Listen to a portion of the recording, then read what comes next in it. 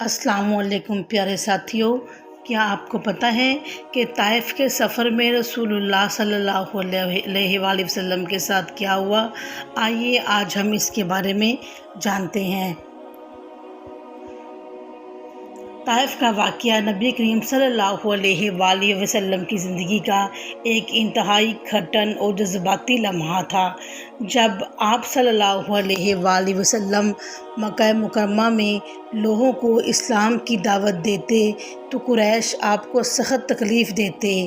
آپ صلی اللہ علیہ وآلہ وسلم نے سوچا کہ اگر مکہ کے لوگ نہیں مانتے تو شاید طائف کے لوگ سن لیں۔ آپ صلی اللہ علیہ وآلہ وسلم طائف تشریف لے گئے، لیکن وہاں کے سرداروں نے نہ صرف انکار کیا بلکہ شہر کے بچوں اور اوباش لوگوں کو بھڑکا دیا۔ انہوں نے آپ صلی اللہ علیہ وآلہ وسلم پر پتھر برسائے، یہاں تک کہ آپ کے جوتے خون سے بھر گئے۔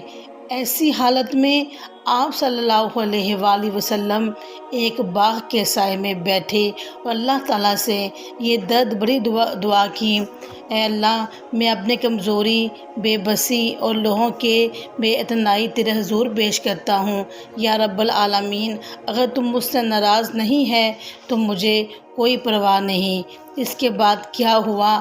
اللہ تعالیٰ نے اپنے فرشتے بھیجے اور کہا اگر چاہیے تو یہ پہاڑ ان لوگوں پر گرا دیا جائے، لیکن رحمت للعالمین نے فرمایا نہیں، میں امید کرتا ہوں کہ ان کی اولاد میں سے ایسے لوگ پیدا ہوں گے جو اللہ کو مانیں گے۔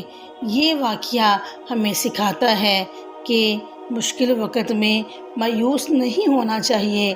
اللہ کی رضا سب سے بڑی چیز ہے۔ ہمیں بدلے میں بدلہ نہیں بلکہ خیر کی